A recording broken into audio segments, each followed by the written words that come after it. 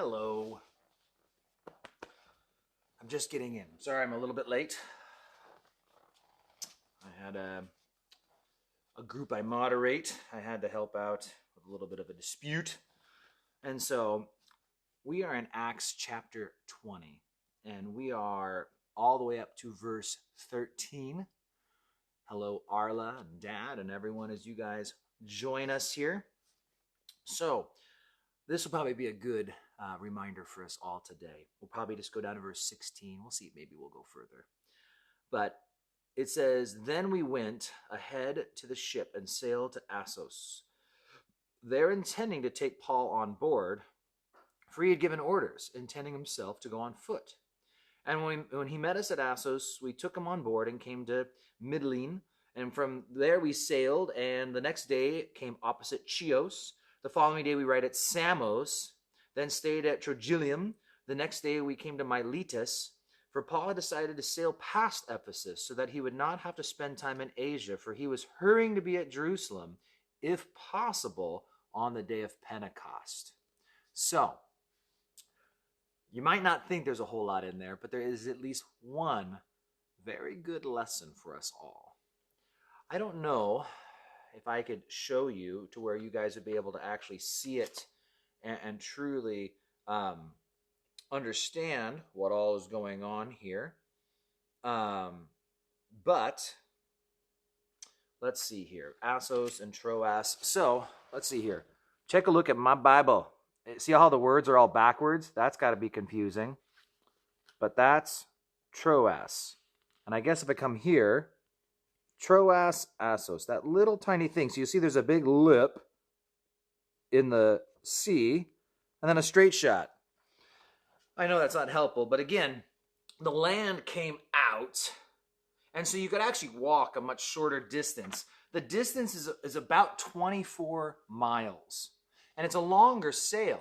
So even though sailing is faster, you have to go a longer distance, and therefore you would actually get to the destination about the same time.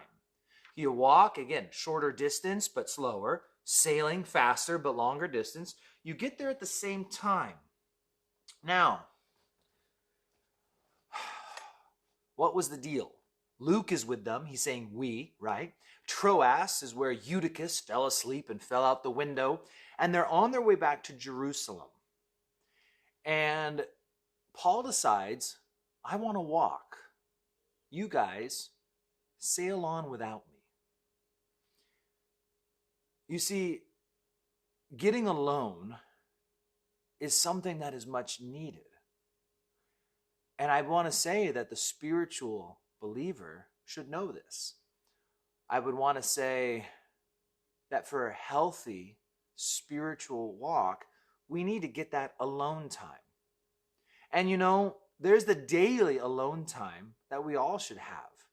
And sometimes we even need extended alone time to actually get some rest. I don't remember the quote because it was funny, and I don't remember the funny part, so why tell it at all? But I do recall that it was, I believe, Charles Spurgeon who was talking about needing to go away and get some rest. And a woman from the congregation says, well, the Lord doesn't rest. And or the devil doesn't rest, or whatever it was. And he's like, true, but I am not, I am a man. He said it in some funny, quirky way, but I'm a man. I'm not God. I'm not a demon. I'm not an angel. And he's like, I need some rest. I think often it's good to get away. In Mark chapter 6, when they headed over to the other side of the Galilee, Jesus says we need to come apart. And I like that saying, the way it's phrased in that translation. I heard it always said, come apart lest you fall apart. We need regular breaks. And sometimes we just need to get alone. Now, alone doesn't mean a movie. Alone doesn't mean video games. Alone means alone. Without your phone, without any distractions. Just get alone, where there's nothing to take your mind and distract it and put it, to some other place. And so that's the idea, is get apart, get alone. Paul opts to walk this 24-mile, 2-day journey. He got alone. Maybe he wanted to clear his mind, but he got away and had that time so he could really hear from the Lord. So often we wonder why we're not hearing from God, and maybe it's because there's just too many distractions in our lives to really hear the Lord speaking. Remember with Elijah, right? There's fire, there's earthquake, there's whirlwind. God wasn't in them. He spoke in a still small voice. And quite often we've got so many noises in this world, it's hard to hear the still small voice. Morning, Janie. And so, get apart. And sometimes that means making difficult choices. Now, you might like, I don't know, football, horseback riding, video games. I don't know, right? But sometimes we got to say no to those things we enjoy because we realize, like, nope, I need to go to bed tonight because I need rest, because I'm a human and I can't go at this rate forever. Yes, God can sustain us, through amazing situations, but that isn't supposed to give way to foolishness or presumption that if I strive really hard, God will just sustain me, because maybe God doesn't want you to strive really hard. He'll sustain you if you're in his will. And so what does Paul do at the end of this text? It said he decided to sail past Ephesus so he wouldn't have to spend time in Asia. Ironically, Paul had stayed in Ephesus longer than any other city, right? He spent years in Ephesus, and he probably had great relations with people there. And he probably really, he knows if he had gone to Ephesus, he would have wanted to spend time with those people and talk and fellowship and share. But he also knew that God had a plan. And Paul felt called to get to Jerusalem. We'll get into the whole Spirit saying whether he should go or not later. But he had a plan, and he knew that his social fun and his pastime and what he would like to do, because it'd be fun, he didn't have time for that. He had a priority in his life. So he said, sail past Ephesus. I'll meet the elders on the other side. We'll get to that later, another day. But he knew he'd meet with some people because he had a message he had to give them. But I don't have time to play around. I've got to do something. Today, really, our text had a lot to do with time management and priorities in life. Do you prioritize things in your life, but then do you allocate your time accordingly?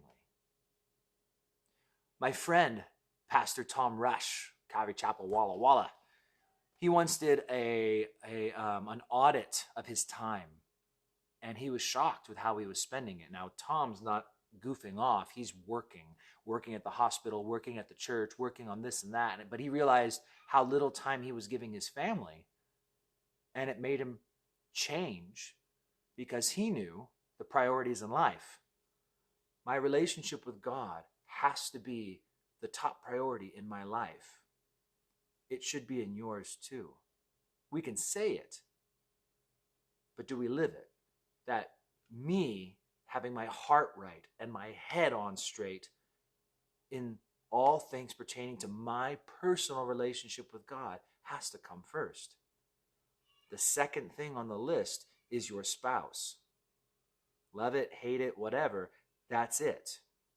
And there's nothing else that goes in that spot if you're married, because you guys are one flesh. And no one has ever hated his own body, but he nourishes it, as Paul says in Ephesians 5. We take care of our flesh. We take care of our spouse, and we work on that relationship. Then comes our kids, the rest of our family. The kids come after the spouse because they need a great married couple to raise them. They need to see parents who are in love and in obedience to the Lord to raise them upright. So that's priority number 2. Then the kids are 3. After that comes ministry. And then after that comes vocation. Now, that means you. That's not me. There's not like, that's for ministers. No. If you're a Christian, You're part of the body of Christ. That means God designed you with a function so that the body of Christ, the church, can function properly. And if you were designed to be an Achilles tendon, you're like, well, that's not all that glorious. I know. But Pastor Steve down in Tri-Cities, I just thought he just ruptured his Achilles tendon. And he realized how important it was. You don't walk right. The whole body will not walk straight when the Achilles tendon's not doing its job. When the veins aren't working, the arteries, the skin, the fingernails, everything on the body has a purpose. God has saved us and he gifts us so that we can fulfill our ministry in the body of Christ. And that should actually come before your day job. Now, I have to work my job so that I can feed my kids and my wife, right? So that just because there's an order there, it doesn't mean you don't do the things at the bottom and I'm just going to forsake work because wife and kids come first. No, but priorities. We have to look at them and then look at our time. Do we have to sail past Ephesus? I know I really want to go to Ephesus, but I got to sail past because I have a priority in my life and it is more important. And I'd love to see those friends, but this is my priority. Me, my relationship with God. Am I focusing on that? Or do I need to take some serious time and realize, no, I need to do some reparation in my walk with God. I need to get alone. And it might mean taking a day to go up into the hills and just sit alone and listen to what God might have to say. Paul didn't ride on the boat. He went for a 2-day walk just to get alone and hear from the Lord. Look at your priorities and look how you spend your time and try and allocate it appropriately. I think it'll make a big difference. I go to bed early because I wake up early. I found that I wasn't very productive after 8 p.m. at night. Typically after 8 p.m., I'm just goofing off. And so I try to start prioritizing my life better by just going to bed so I can get up early and I can focus on the things that are important in my life. I pray that you guys can do also and just, hey, be blessed by God. Love you guys. Have an amazing day. What day is today? Friday. We've got one more of these before Sunday. So look at your time and really ask yourself if you're prioritizing it well. Are you missing out on things over here because you chose to spend time over there? Think about it. God bless you guys. Have an amazing day.